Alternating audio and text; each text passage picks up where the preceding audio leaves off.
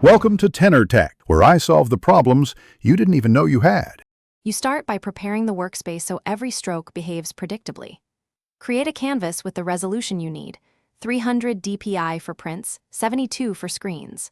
Once done, add ordered layers: base, sketch, linear, coloring, shading, and lock transparent pixels on color layers to prevent overspill. Import a reference image if you have one and set its opacity to 30 to 50% so it guides without dominating. This setup speeds the painting flow and prevents. You now define tools and block in major shapes to establish form quickly. Select a line brush like G-Pen for crisp edges and a soft brush or airbrush for fills and gradients. Then use the selection tool to isolate areas and the fill bucket to lay flat colors on separate layers so you can tweak hue and tone independently.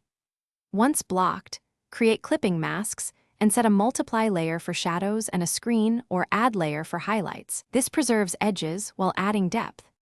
Finish by refining edges and adding texture so the painting reads well at any size.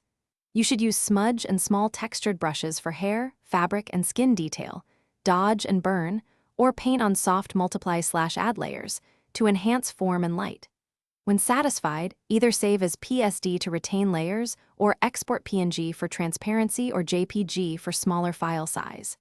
If tools act weird or lag, reset the brush settings, clear cache, or step back through undo history to recover a clean state. Thanks for watching. Subscribe to keep your life in tune.